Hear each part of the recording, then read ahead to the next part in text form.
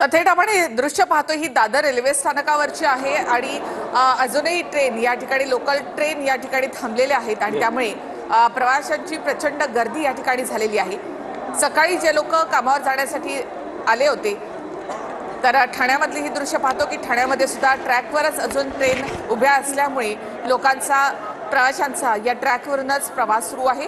थेट आपण ठाण्यामधून माहिती घेऊयात आमचे प्रतिनिधी गणेश थोरात यांच्याकडून। गणेश, ठाण्यामध्ये अजूनही ट्रेन या ट्रॅकवरच आहेत, त्यामुळे लोक गाडीतून उतरून सरळ त्यांनी ट्रॅकवरून चालण्यास सुरुवात केली आहे, काय माहिती?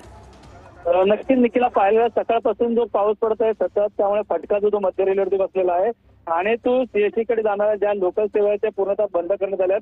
मात्र ज्या सीएसटी कडनं कामावर ज्या लोकल त्या निघाल्या होत्या त्या मध्ये कुठे अडकून पडल्यात आणि त्याचा फटका त्या चाकरमान्यांना बसत आहे। पाहिलं तर रेल्वे ट्रॅकवरती अशा पद्धतीने जे जे रेल्वे प्रवासी येथे आपल्या ठाणे स्थानक गाठत आहेत, त्यामुळे पाहिलं तर मुलुंड आणि ठाणेच्या दरम्यान जे रेल्वे ट्रॅकवरनं चालताना जी मोठ्या रांग जे या ठिकाणी दिसून येते रेल्वे प्रवासी आता छत्री घेऊन रेल्वे ट्रॅक मध्ये भर पावसात ते चालताना दिसत आहेत। त्यामुळे रेल्वेचा मोठा फटका त्या प्रवासी वर्गाला झालेला आहे। त्यामुळे नक्कीच रेल्वे कधीपर्यंत सुरळीत रेल्वे देखील पाहणं गरजेचं आहे। मात्र मोठ्या पाणी ज्या ज्या ठिकाणी साचले त्या ठिकाणी रेल्वे रुळावरती पाणी आल्यामुळे त्याचा फटका जो आहे तो मध्य रेल्वेवरती बसलेला आहे।